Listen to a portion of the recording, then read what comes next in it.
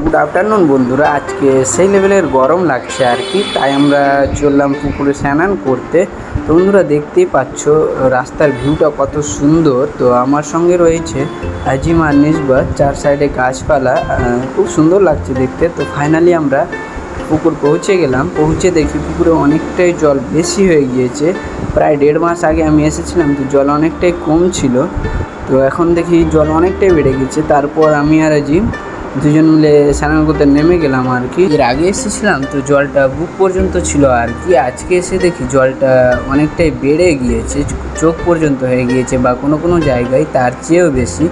তো স্নান করতে খুব ভালো লাগলো বেশি জলের জন্য। আবার আজিম আমার কাঁধে চেপে বেশ কয়েকবার উল্টো কুস্তি খেললো।